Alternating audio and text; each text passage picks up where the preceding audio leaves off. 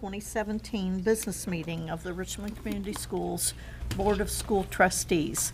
Please stand for the pledge to the flag.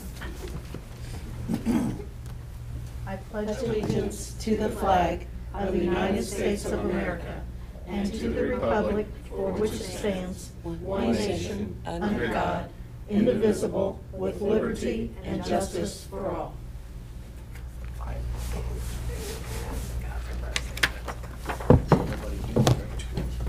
Now we're ready for the mission statement. Oh, it's for national anthem. Richmond Community Schools guides students on pathways of learning to a future of limitless possibilities. Thank you, Brad. And the vision statement? Richmond Community Schools, a community nurturing mind, body, and spirit to prepare students for life of choice, purpose, and service. Thank you, Debbie. And now we're ready for celebrations and reflections by the board and superintendent. Okay, tonight we have Mrs. Hobbs with us here as our lone audience member, and she's going to give us an update or a report on the Exceptional Education Department. Am I going to bring it up?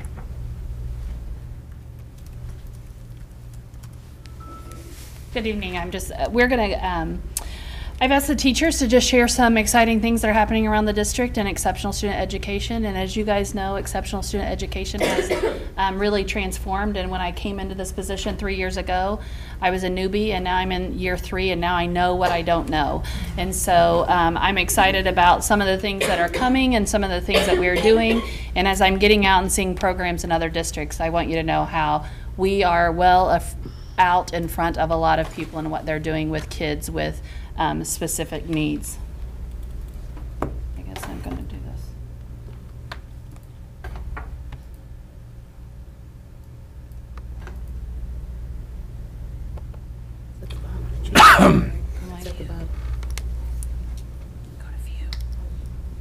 Thank you. Mike. There it is. Got it now. Yep. Oh, maybe I've got it. Yeah. Okay.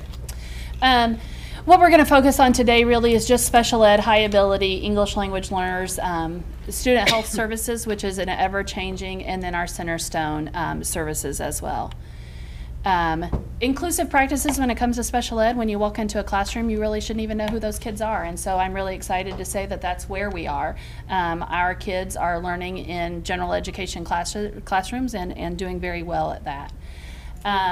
Here you'll see is some of the things that we're doing. We know, if you've watched the news, the number of students that have been born in our community addicted. We've got to make some changes and environments for them. And this is just some pictures that reflect those changes that we're doing. Offering some flexible seating, allowing kids to gain sensory input while they're learning. That's making a difference for those youngest learners. And those kids with some of the needs, the hands-on activities. And Mrs. Chereau is, she was in our alternative school last year, and now this year is at Star Elementary. She's doing an amazing job, and she sent this to me and said the best part of her day is just morning meeting, just getting to talk to kids and meet with them. So our preschool program, so if you ever really want to feel good about your day, you could head out to Crestdale and just spend some time in those preschool classrooms, and they're doing some really neat things. If you watch a child come in at 3 and then you watch them exit their program at 5, you know that what we're doing there is really good work.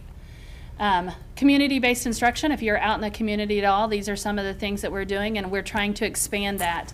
Some of the things that we're doing in community-based instruction is we're having kids go and shop, and then they're coming back and they're making those things. They're learning all of those things, everything from baking to laundry to the most recent thing is we're going to work with Mr. Stout and his students. We're going to try to get his students to go in and teach safety so that some of our kids can start doing some wood projects and some building, because they're loving the Legos, they're loving the building, and so we're going to try to offer them some opportunities at the middle school so that hopefully we can filter some of those kids into those vocational programs at the high school. We still have our community-based instruction vocational with our job coaches, and we have those folks in the Abilities thrift store, Subway, Goodwill. Right now they're doing adult daycare, and we're also really excited. We have a pilot program at Star, and one of our girls is working in the front office at Star 3 days a week. Our high ability program is ever changing, and one of the things is, as I ask teachers what's really happening in your classroom, and I'm in there seeing, one of the things that I see is a lot of hands-on creative projects.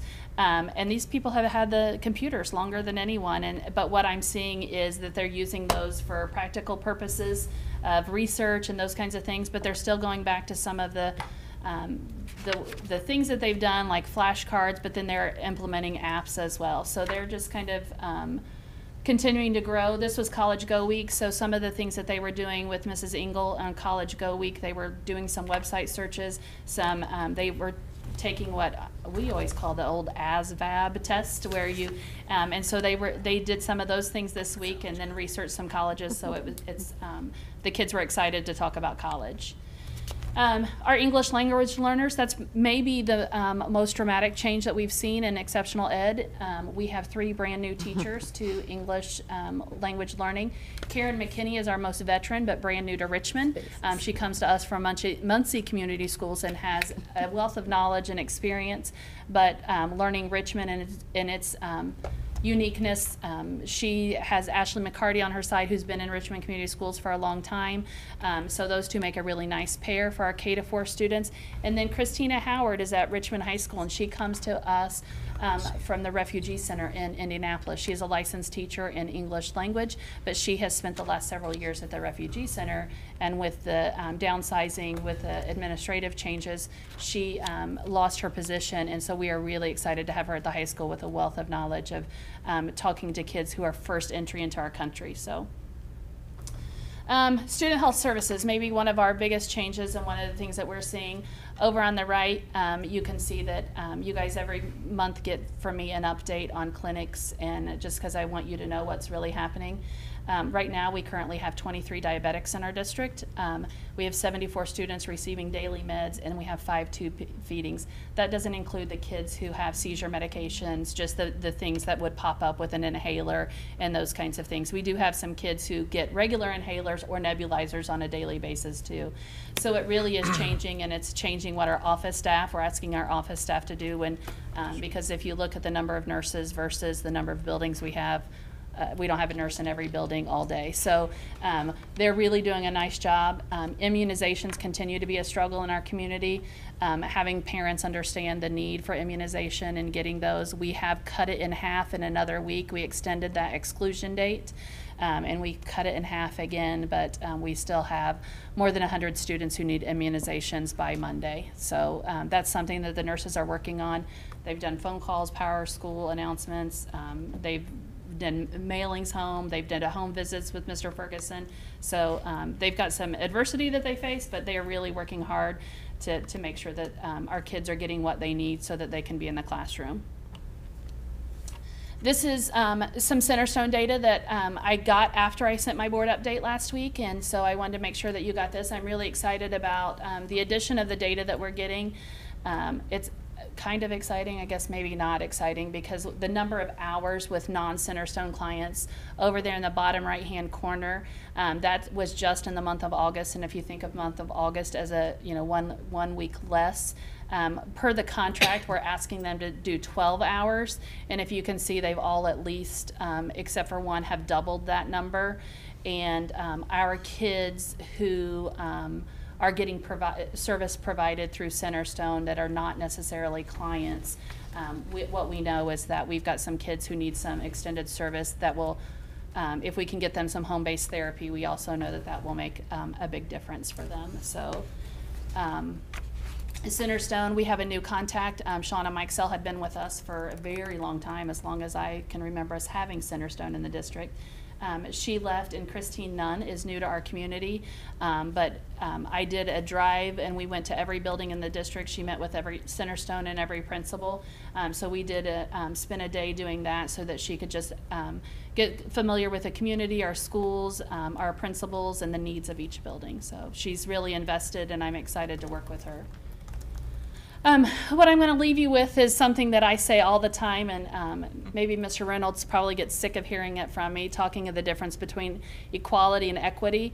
It's my job to make sure that our kids have equitable service. We don't want them to all have equal, because equal still doesn't get them what they need, and I think that picture really represents, and that's something that I see as my role in this district, is to make sure that our kids have an equitable education. So, thank you. Very good. Questions? The fence is knocked down. Two questions. One, on the immunizations,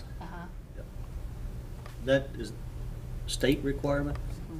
So does that go across all schools, private and as well?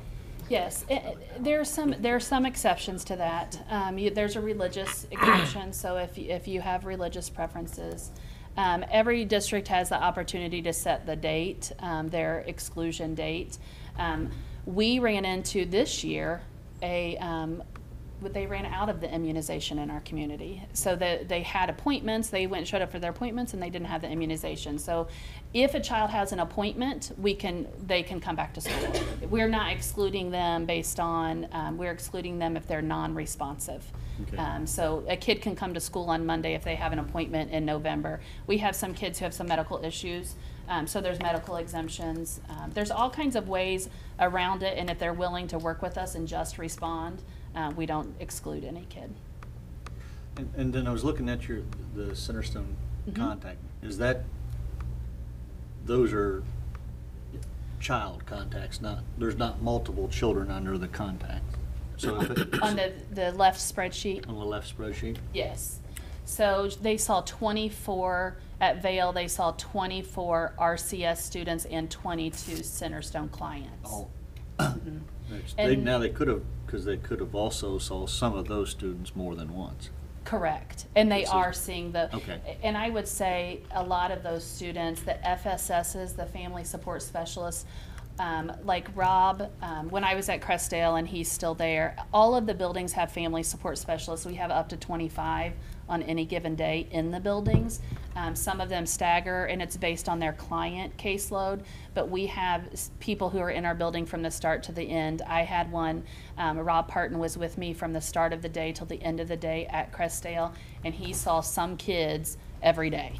And he would sit with them. We knew when their hot pockets were, and he would sit with them through the day. And that's happening in all the buildings. I know that I saw Beth Hoover at Fairview, and quite honestly, most of the time they're in classrooms, and you wouldn't know they're Centerstone as opposed to maybe a para because they're sitting with kids.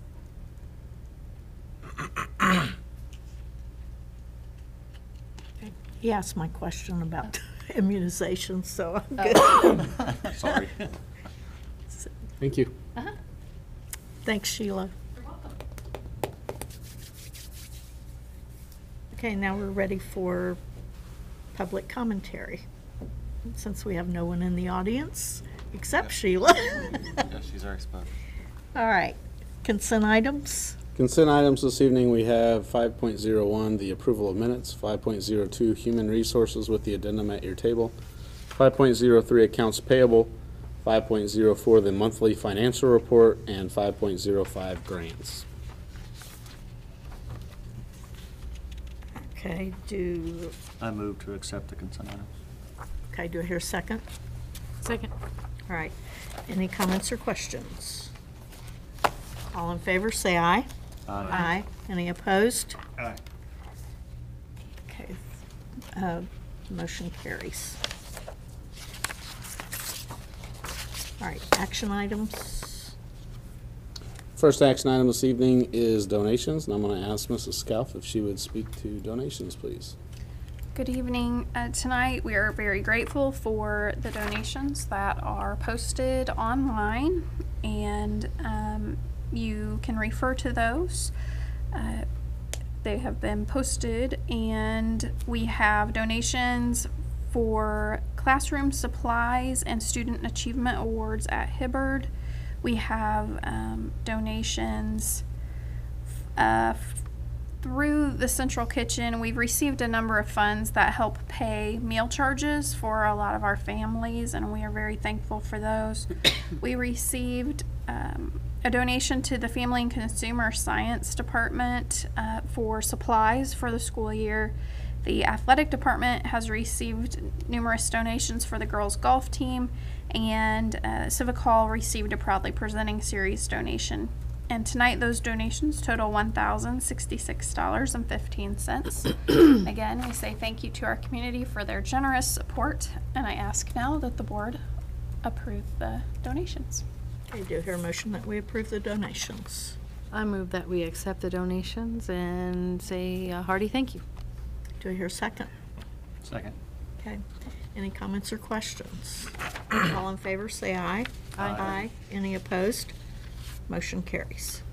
Okay, our next several items, 5 to be exact, 6.02 through 6.06 are all related to our budget process. So I'm going to ask Mrs. Scout if she would to speak to all of those together. Okay, we will go through each one separately for the purposes of approvals, but I'll just keep moving along if we can. So the first is a recommendation to approve the 2018 Budget Line 2 resolution.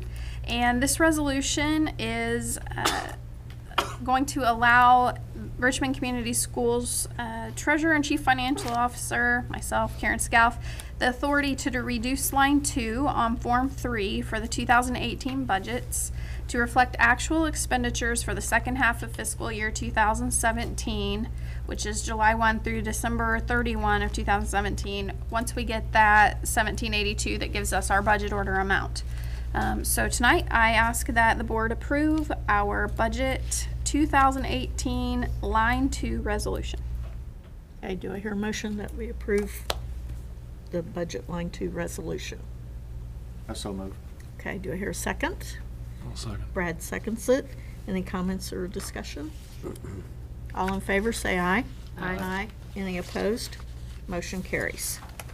Okay. The 2018 budget adoption. The proposed 2018 budgets have been presented to the board, published as required, and reviewed during a public hearing on September 13th, 2017. This is the date set for adoption of the budget. This will be accomplished by a board adoption and signing of Budget Forms 4, the resolution for appropriations, and tax rate as it has been presented to you. It's my recommendation that the Board of School Trustees approve and sign the 2018 budgets as presented on Budget Forms 1 through 4, including the adoption of Budget Form 4 resolution of appropriations and tax rates. Okay, do I hear a motion that we accept the budget adoption? I will make that motion that we approve the 2018 budgets. Okay, do I hear a second? I'll second. Okay, Jeff seconds it. Any comments or discussion? All in favor, say aye. Aye. Any opposed? Motion carries. Okay. Next is the adoption of the capital projects plan. The capital projects plan is for years 2018 through 2020. It is to adopt the appropriate resolution and give permission for the administration to publish the plan adoption. After the publication of the notice of adoption, taxpayers have 10 days to set forth their objections to the county auditor. After the 10 days, the administration will procure a certificate of no remonstrance from the auditor, and no further action will take place until this plan is reviewed by the Department of Local Government Finance at their budget hearing. It's my recommendation that the Board of School Trustees adopt the 2018 through 2020 Capital Projects Fund Plan as presented, and that the administration be given permission to publish the notice of adoption. Okay, do I hear a motion that we accept the 2018-20 through 2029, or wait a minute, capital 2018 through 2020 Capital Projects Plan adoption? No motion. Okay, Brad makes the motion. Do I hear a second? Second. Okay, Suzanne seconds it. Any comments or discussion? All in favor, say aye. Aye. Any opposed? Motion carries. Okay, our next section is the 2018 through 2029 bus replacement plan adoption. The public hearing for the 2018 through 2029 bus replacement plan was held on September 13th, 2017. The action required tonight on September 27th, 2017 is to adopt the appropriate resolution of this plan. It's my recommendation that the Board of School Trustees adopt the 2018 through 2029 bus replacement plan as it has been presented. Okay, do Make I the hear a motion. motion? I'll make the motion. Okay, Jeff makes the motion that for the 2018 through 2029 bus replacement plan adoption. Do I hear a second? I'll second. Okay, Brad seconds it. Any comments or discussion? Question.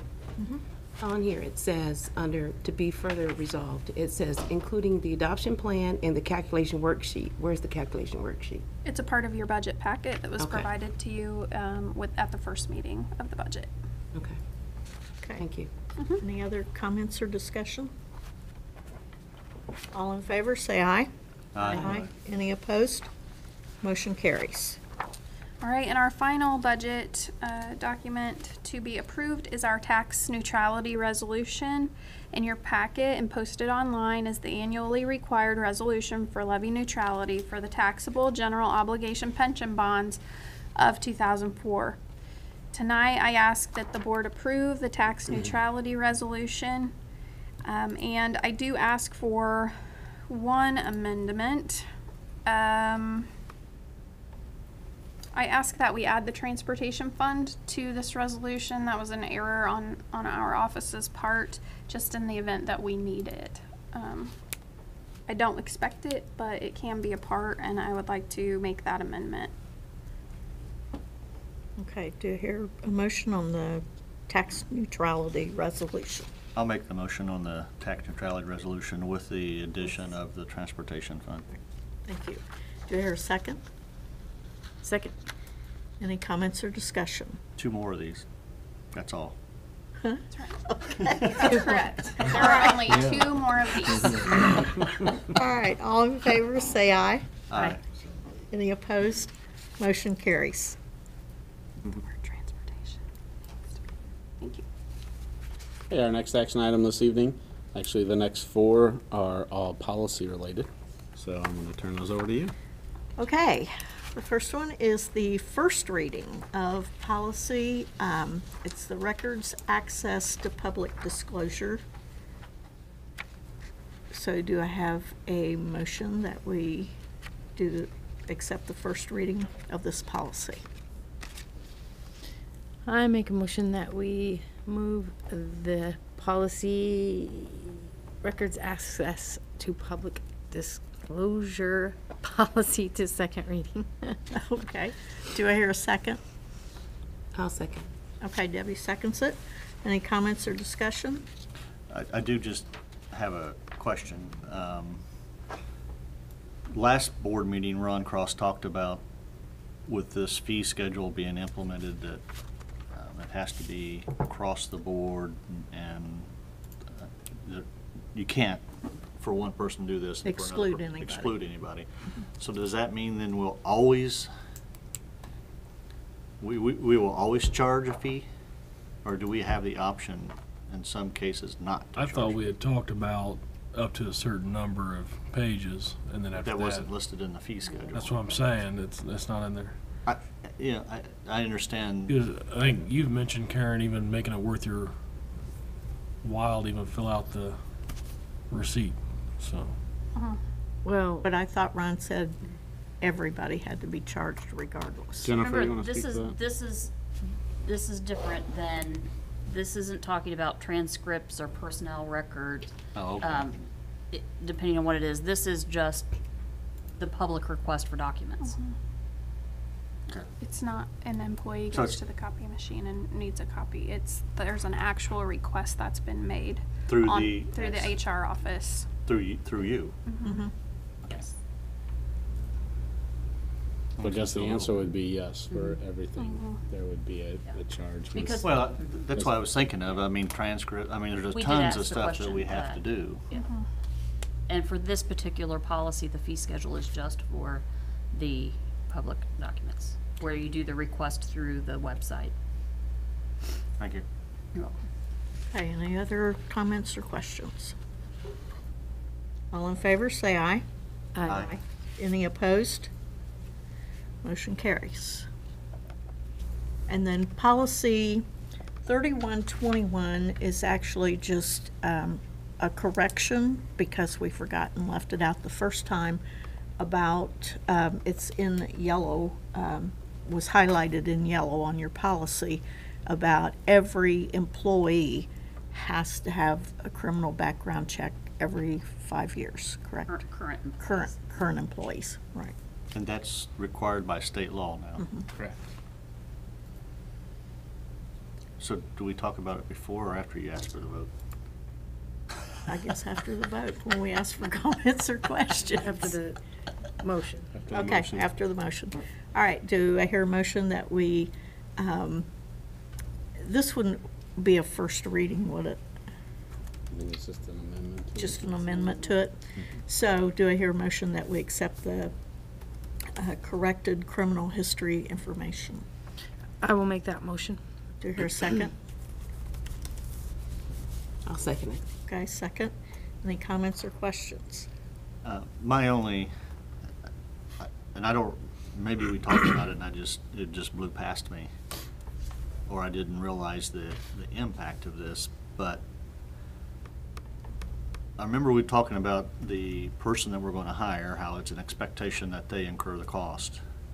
Now that we're going into the fact that now we're going to go back to all employed personnel and say, in order for you to keep this job, you need to go do this. Are we expecting the employees then to also pick up the cost of this expanded? Jennifer, you want to speak to it? Yes. Very similar to, they incur the cost of renewing their teaching license, which is also required for them to keep their job. Well, and that's not bargainable. We don't have to, because it's being state law, we don't have to discuss that. It is bargainable, however, it's not, the law does not state it has to be bargained. It just is bargainable. As a benefit, it would be considered a benefit. What's the cost of one of these? 35? That's not even, I think it's like $25. Oh, then what was the one? I thought someone was telling me it was like $200. Oh, I don't. So, okay. And the CPR classes and stuff like that, we just offer those for them to renew. Right. But they're required to Yeah. have CPR in order Right. to renew the license. Right. Okay. So the cost is $35 every 5 years. Why not just pick up the cost as the corporation? I mean, as a board, I guess that is something that would be your prerogative to move in that direction of it. 400 times 35. Well, it'd be 100. I mean, it's odd that this, I just think it's weird that the state's requesting that after they're already an employee. It's an additional, this isn't, do I have this correct? It's this child protection index check. It's not the other background check, right? Yes, no, we're The not whole talking thing? we're not talking about the child protective. It's the other one that It's has the to happen extended every 5 background years. check. Okay, gotcha. So you're basically talking $3,500 a year. Well, we have It's have for- almost 900, we have 850 employees. Because it's not just And teachers. not so just you teachers. divide that by, 20% every year, I think is the line in which the state has said to draw. Mhm. So, So does that mean every Plus board any member new that's hire. been on 5 years plus has to get new one? hires. Yes. Yes. Well, at least 20% of y'all. So I just want to make sure I'm doing my math right. You said what, 820 We employees? have about 850 employees, but you have to do new employees like whoever's new comes in, so that number fluctuates a And little you bit. have I to do think the new 20% of employees- your existing The employees. new employee, I don't have the problem with them picking it up because they're applying for a job. I was just throwing that out for. Previously, it was part of the license renewal process. And you said it's $25? And they, Approximately. so they broke it off, made it separate? Mhm. Well, then I guess if it's been part of the process, then that expectation is there already, so. It'd be about $42.50 a year. Well, I'll go with the will of the board. I mean, I'm okay with the way it is. I didn't catch this the first time, so I must have went completely over my head. My only problem with it is that, we're continually expecting more and more from teachers, from lesson plans and data and everything else, and now we're throwing one more cost on them to Well, this is just not teachers, though. This is It's everybody. custodians, Everybody. This is maintenance everybody. personnel, Yep. and Good point. paraprofessionals. Thanks for the correction. Good point. I mean, you know, I'm actually thinking of the ones that are making a lower dollar wage, that Percent-wise, it has a bigger impact. percent-wise, they've had to Yeah. make up more. Especially if someone's making $9 an hour. And Yeah. Again, that'd have to go to the board. Well, I I'd be reluctant to make that call right now until, I mean, my personal opinion is we need to go with what we have presented here, but if we want to bring it back up, I'd be willing to look at it again. I just would hate to make that call right now. Well, if you want that, then we could do a little bit more to get actual numbers to you. yeah, So you can I see motion to what those- table this until? The only problem is we have to, Well, don't we have to put it in policy? I think we Yeah. do, and Okay. then we can talk about it later Okay. again. Yeah, we can Make amend them it. We can bring back the. Enter it into policy tonight, then bring it up for discussion again. Okay, I'm good with that. Yeah. Okay. All in favor, say aye. Aye. Any opposed? Motion carries. And we'll note that. Kim, if you'd note that to bring that back again. Thank you. Yep. All right, the next one is the second reading and adoption of the policies on political advertising and advertising and distributing materials provided by non-school related entities. And, well, I'll discuss this, I guess, after the motion. Well, that's kind of odd discussing it after the motion I sometimes, know, isn't it? I know. It is a little So, quirky. okay. Do I hear a motion that we, I'll motion to adopt. okay, move to second reading and adoption. Brad makes the motion. Do I hear a second? Second. Okay, comments or questions? I had one, for there's still fees for advertising space, for the athletic field fences, athletic theater, or music programs, and the scoreboards. And it says that these have to come for board approval, that we set a limit. And I really don't know how Yeah. you want to do that. So, The word may. We had said we were going to make that. Well, we did that in parts of it, but this is the very end where it has the lines.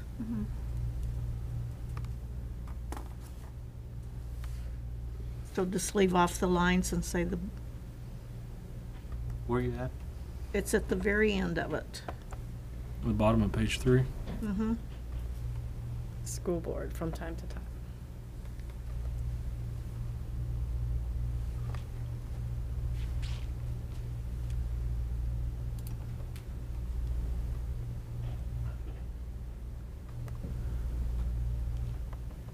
take off the line current minimum fees are.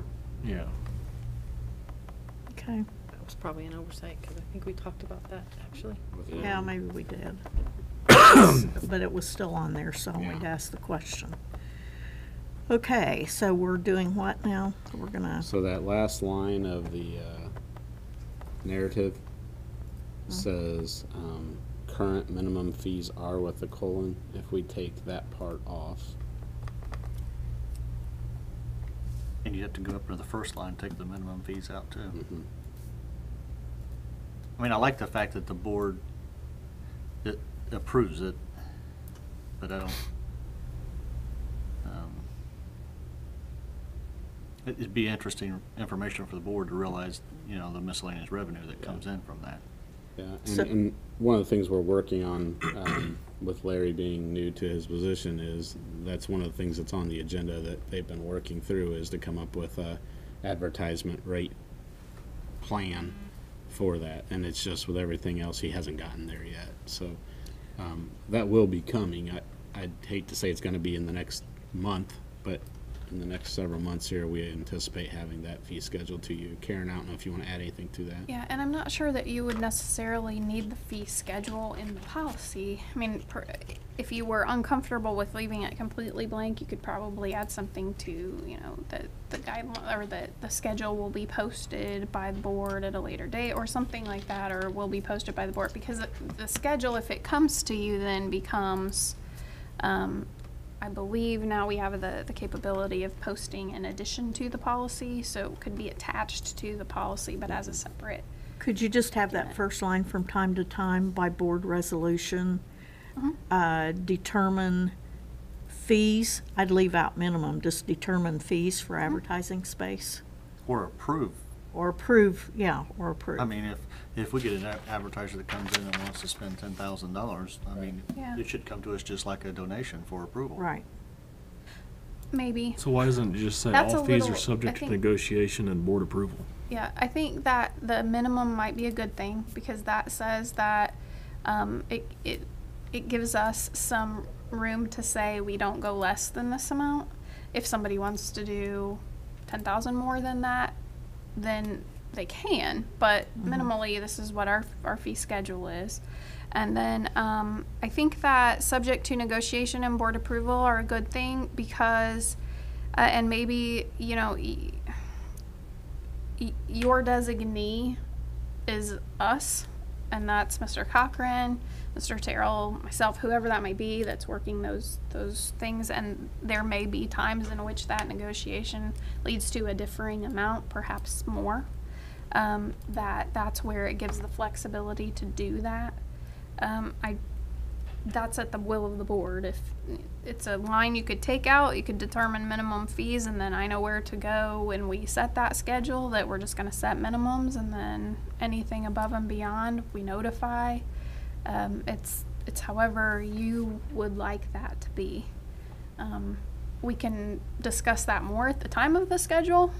We can always make amendments to the policy if we find that that's not satisfying it.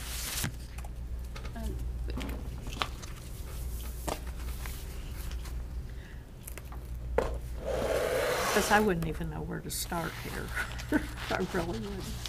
Well, see, I guess I look at it, you're entering into a contract, is why the board should be involved. Right. I'm not, so whatever Karen feels comfortable with, whether there's a minimum schedule or not, I personally would just soon they negotiate that and find that out. And now, if they feel comfortable coming back to us and saying, here's the fee schedule that we would like to adopt from time to time, I'm okay with that too. So, So just leave off the current minimum fees are. Just leave that part off. I think that would probably be sufficient. Okay. Kim, did and you? I'm fine with that. Okay, Kim, did you get that? Okay. Everybody else okay? All right. All in favor? Say aye. Aye. Aye. Any opposed? Motion carries. And the second reading and adoption of policy public complaints about curriculum. I move that we adopt that. Okay, do I hear a second? Second. Okay. Any comments or discussion? All in favor, say aye. Aye. Any opposed? Motion carries. Okay, that means that at the next board meeting, we will have one policy to bring back, and then we are finished for a while. Sort of. Till the next Then one. we start the rotation, right? Yes. Okay, well, right now, they're pretty clean. Yeah, right now it'll be as information comes in from state board. Okay, All right, our next action item is 6.11, request to advertise for bids for the data center air conditioning and generator. Mr. Tidrow. Yes, thank you, Mr. Terrell. The administration is requesting the approval of the Richmond Community Schools Board of Trustees to advertise the notice to taxpayers for the bidding of the RCS Data Center air conditioning and backup generator project with a bid date of Tuesday, October 31st, 2017. There will possibly be a recommendation to award these bids at the November 8th, 2017 board meeting. Let's see. I move that we accept the advertisement for the bids. okay, do I hear a second? I'll second. All right, Brad seconds it. Any comments or discussion? The only comment or question that I had is, are you I was reading through and I couldn't see the date of the construction of the work to begin, but the air conditioning for the servers, it was more important because of the hot weather, right? Well, not really. I mean, we still need AC when it's cold out, so, because it's that block wall. So we only have about 42 minutes of coolness when Because of the it heat goes that out. it So that's the reason we're upgrading, is because the units are no good. Well, I just, if the work in the process, the bids are usually cheaper, you know, like January than they are in October. Like it could be, yeah. But I did, so were you planning on the work beginning then, as soon as it's awarded? Correct. Now, we can begin the work on the generator, you know, anytime, so we'd like to do that sooner, before any ice or anything gets out there, because it will be outdoors. So. Yeah, okay. Any other comments or discussion? Okay, all in favor, say aye. Aye. Any opposed? Motion carries. Okay, our next action item this evening is 6.12, request for appropriation for Civic Hall. All right. As laid out in the August 25th, 2017 Operations Board update, Civic Hall Associates is now ready to begin work on some of the Phase 2 enhancements utilizing the GAMP trust funds. The following projects are recommended to be funded at this time. I'll read through a few of those. Replacement of the lower masking stage curtains, addition of moving head intelligent lighting fixtures, replacement with LED lighting technology for current stage fixtures, replacement of a mono sound system with a stereo sound system. Recommendation is that the Board of School Trustees approves the appropriation of $350,000 to the Civic Hall budget to cover these projects and other incidental costs. Okay, do you hear a motion that we accept the request for appropriation for Civic Hall? So moved. Okay, do you hear a second? I'll second. Okay, Debbie seconds it. Any comments or questions? I just had one question. We're kind of like right on track with what they initially said we needed for Civic Hall. Correct. Yes. Pretty much. This is right in line. The lighting that's in there is 25 years old. It's the old-fashioned lighting. So anytime we have performances come in, we have to rent that equipment. And then to get some of the newer acts, you have to have LED, you have to have the electronic stuff and digital for them to even come. So, because usually they bring their own lighting people, sound people, and they just run those boards. So we do have to rent them and bring them in, so this will give us an opportunity to have our own. And then what's nice, I didn't put this in this update or in here, but anything we remove from Civic Hall, we can reuse down at McGuire Hall, for example. Okay. It won't be the new stuff, but it will be usable somewhere else in the, what's that? Or Dennis? Or Dennis, if we need it there, so, yeah, so. Yeah, because McGuire needs some lighting. So, yes. Yes, it does. So, okay. All right, we're ready for a vote then. All in favor, say aye. Aye. Any opposed? Motion carries. Okay, our next action item is 6.13, band Devilettes field trip to Orlando, Florida. Dr. Reynolds, would you speak to that, please? Oh, absolutely. Only you can't go. Only if I can go. We'll work on that. Bring for your approval this evening for the 2018-19 school year. They're going to head to Orlando, to Disney over fall break next school year. So it'd be for 18-19 high school students for a Disney parade performance and trip over fall break. They've submitted fundraising requests, so we're ready to get that in motion and help them along to have a great trip.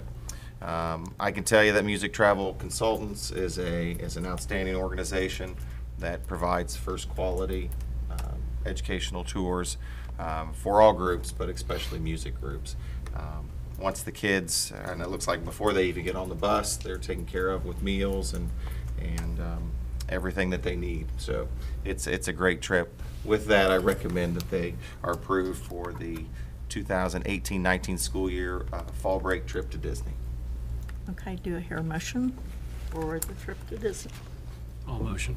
Okay, do I hear a second? Jeff seconds it. Any comments or questions?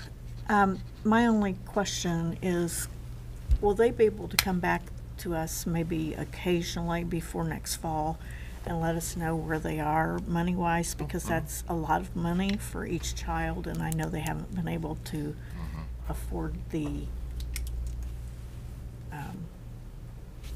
what am I trying to think of, the band in the summer, band camp.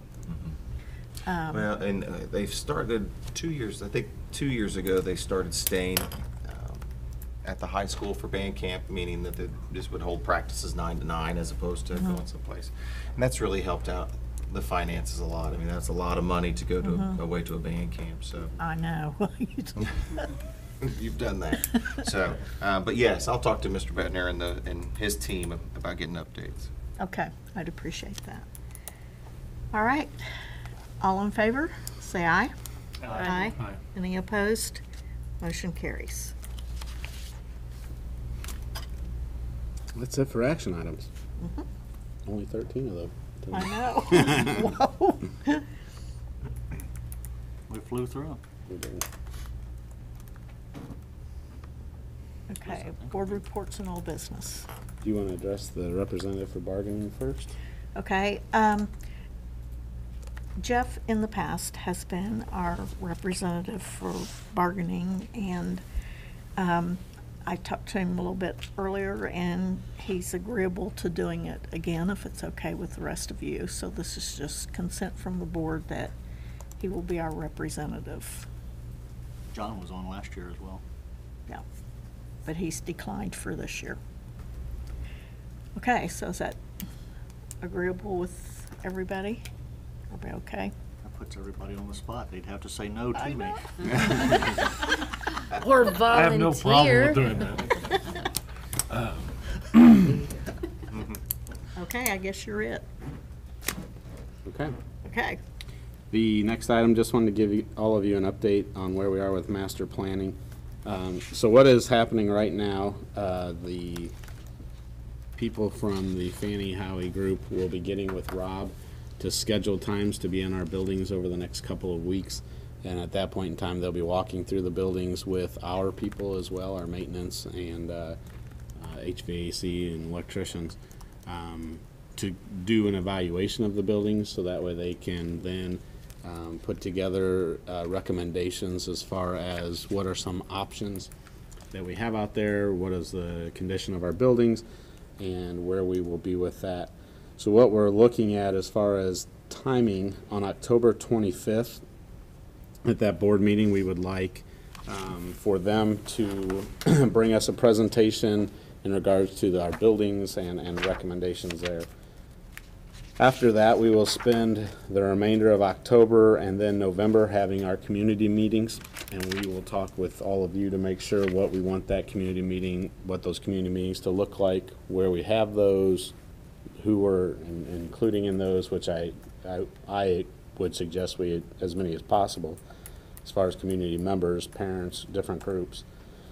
Then from there, December 13th, at our board meeting, what we'd like to do is then to bring back a report from all of those meetings to the board, to have that information here in a more formal setting for discussion, for input, again, if there's any people here from the community as well. And then with the intention of, in January, having a final report to the board with recommendations as for moving forward. Do you anticipate the final recommendation being one single action, or do you anticipate the final recommendation being multiple choices or paths that we could go down? I think that that's going to be up to us to determine as we go through the community meetings. I think ultimately the goal would be that we would be able to come to a ultimate conclusion of we should look at redistricting or closing this building or reconfiguration in this manner as we move forward in January. Well, there could be several different tenets to that, so I guess we'll see. Yeah, and I think that a lot of that will come through our discussions as a board and administrative team, also with the input from the community members as we go out into our meetings, and to look at a time frame of what that could look like. So the final presentation in January will primarily conclude the Penn and Howard contract as far as what we. Possibly, unless there are additional things that we decide that we need from them. They're not walking away in January and saying we're done. Well, no, I'm just, there's at some point that they're gonna wanna have an Ending. end of their. Right, yeah. And they're more than willing to be flexible with us as we go through this, depending on what happens over the next 8-10 weeks, and how that would proceed. So, Is their discussion, I'm assuming their final report would also include an estimated budget, or an estimated cost. So then we would have the discussions on tax rates and the bonding and the soft cost and all of that. That would happen after the final report on the 13th? I would assume.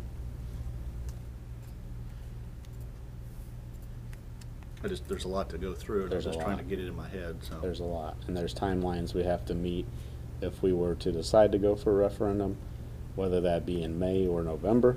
So there's two different windows there. So there's a lot that we're gonna have to decide. And the referendum piece is important for us with our tax rate, with our debt falling off and the severance and bond being the first payment in 2020. We wanna be, if we're gonna go out for referendum, we wanna absolutely no later than May of 10-19 or the fall of 2018. There isn't an election in 19. So then that would push it to 20 Or 18. or 18. It depends on if you're going to bond, then we have to determine what bonding looks like, at least for the next budget year. By June of, everything has to be in place and everything has to be signed and closed by June of 2019 for bonding. That is separate of a referendum. Right.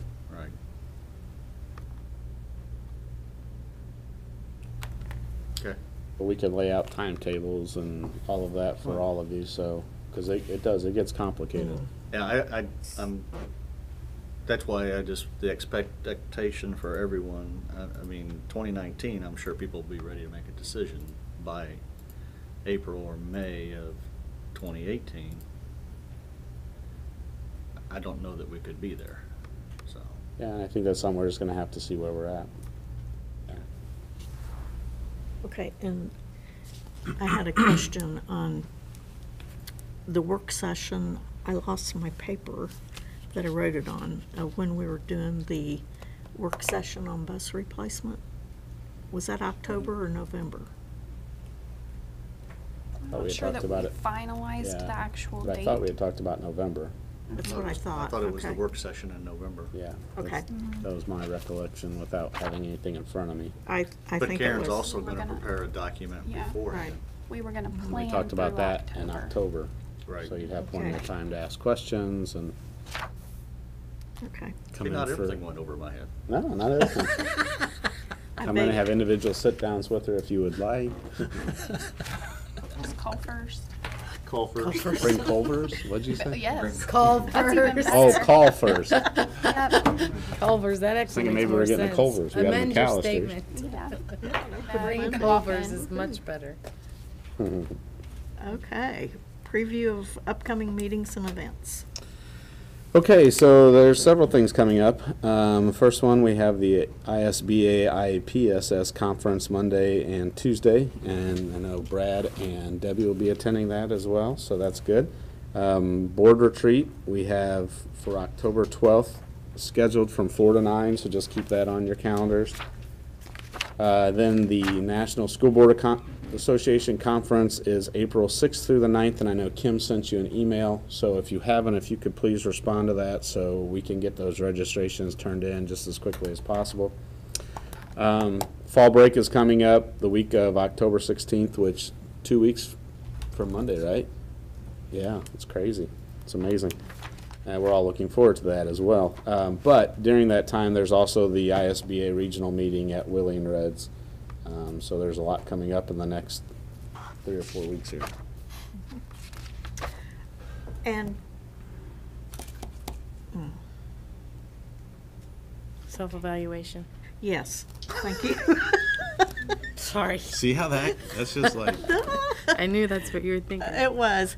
It's really important that you get that done by October 4th so that he has time to accumulate our responses. And the first hour of the board retreat will be on our board self-evaluation. And then the remaining time will be with someone else for board goals. I'm trying to get a person to lead us through that process.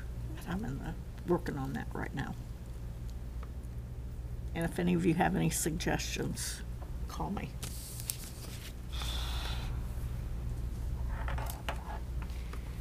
Okay. Press conference.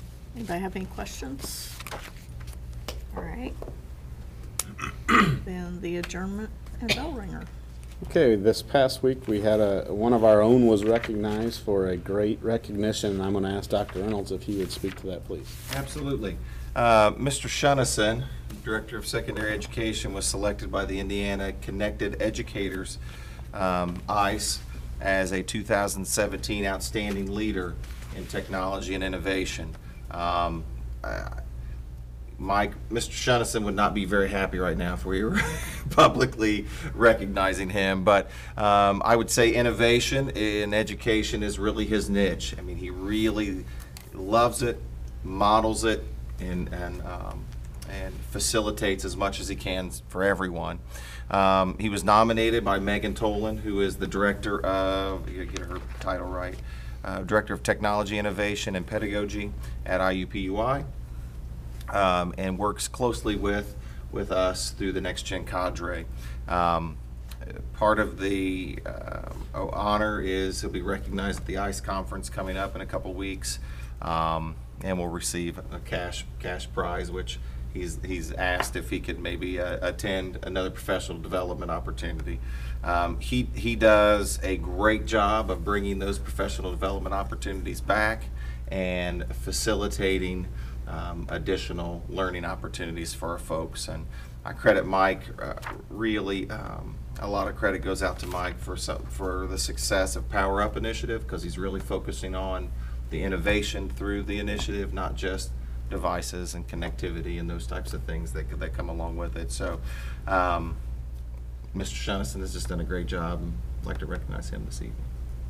Well, I think that's wonderful. And I've also heard from teachers that have been involved in that cadre that he works with about how much fun it's been, and the relationships they've established and all that. So I think it's really good. Agree. Thank you. All right. That meeting adjourned.